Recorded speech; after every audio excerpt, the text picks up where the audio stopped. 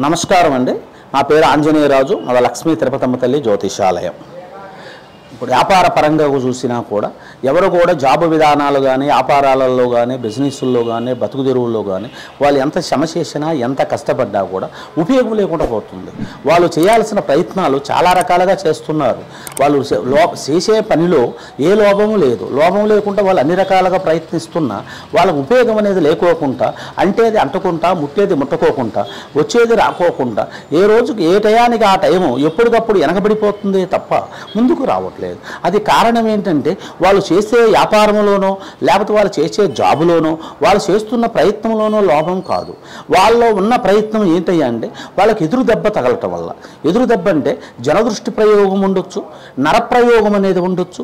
చేసే వాళ్ళు కొంతమంది చెడు ప్రయోగాలు కూడా కొంతమంది చేస్తూ ఉంటారు. కొంతమంది గిట్టిన వారు వాడు పైకి వస్తున్నాడు వెతుకుతున్నాడు వాడు కిందకి వెళ్ళిపోవాలి వాడు ఎదగకూడదని ఎదురు ప్రయోగాలు చేస్తూ ఉంటారు. దానివల్ల మనం ఎన్ని రకాలుగా ప్రయత్నించినా ఎంత వ్యాపార పరంగా వెళ్ళినా ఎన్ని రకాలుగా ప్రయత్నించినా అది అభివృద్ధి కలగదు.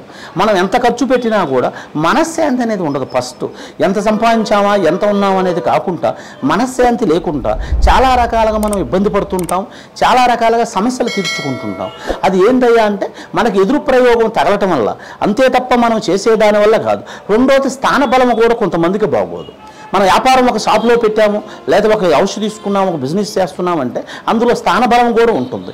ఆ స్థానబలంలో నిలకట అనేది కొంతమంది ఎక్కువగా వాస్తు వరకే చూస్తారు. వాస్తు చూసి వాస్తు బాగానే ఉంది, విషయానం బాగుంది, అగ్నం బాగుంది, నవృత్తి బాగుంది అది వాస్తు చూసుకునే చెబుతారు. వాస్తే కాదు జీవం కూడా ఉంటుంది. ఒక స్థానంలో జీవకళ అనేది కంపల్సరీ అవసరం. ఆ జీవకళ లేకపోతే నువ్వు అందులో పెట్టి ఏ వ్యాపారం చేసినా ఎంతవరకు బిజినెస్ చేసినా అది అభివృద్ధి అనేది కనపడదు. ఎప్పటికప్పుడే పుటాపత్యం బాటా ప్రయాణమే తప్ప ఫలితం అనేది కనపడదు. అభివృద్ధి అనేది రాదు.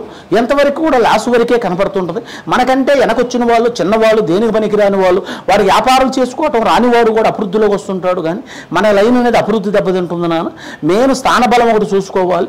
రెండోది మీ మీద ఉన్న చెడు ప్రయోగాలు కానీ చెడు దెబ్బ కానీ చెడు శూన్యము కానీ ఎదురు దెబ్బ కానీ ఎదురు ప్రయోగం కానీ ఉంటుంది.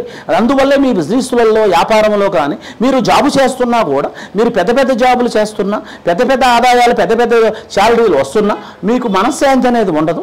కుటుంబంలో కూడా మనశ్శాంతి ఉండదు. చేసే పనిలో నికరవనిపీదు. అన్నం తిని పండుకున్న నిద్ర పట్టదు. మనశ్శాంతి ఉండదు. అది కారణం ఎదురు దెబ్బ.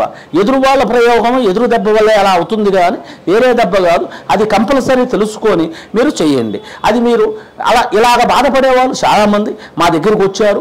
చాలా రకాలుగా దానికి పరిహారం చేశాము. మళ్ళీ వాళ్ళ వ్యాపారాలలో బాగున్నారు. జాబులు చేసుకునే వాళ్ళు అభివృద్ధిలోకి వచ్చారు. వ్యాపారాలు బండ్లు కొనుక్కునే వాళ్ళు లారీలు కొనుక్కునే వాళ్ళు కానీ ఏ వృత్తిలో ఉన్నవారైనా సరే అది వాళ్ళకి వ్యాపారమో బిజినెస్ లాంటిదే. వాళ్ళు ఎవరైనా సరే వాళ్ళకి ఏ సమస్య ఉన్నా కూడా కంపల్సరీ సంప్రదించండి మమ్మల్ని. కంపల్సరీ రాండి. దయచేసి మీకు అన్ని విధాలా బాగుండేలాగా దానికి ఏ ప్రయోగం ఉందో అది నివారణ చేసి మీకు చేస్తాము. కంపల్సరీ రాండి. నమస్కారం. నా పేరు ఆంజనేయరాజు గారు. మాది లక్ష్మీ తిరుపతమ్మ తల్లి జ్యోతిషాలయం.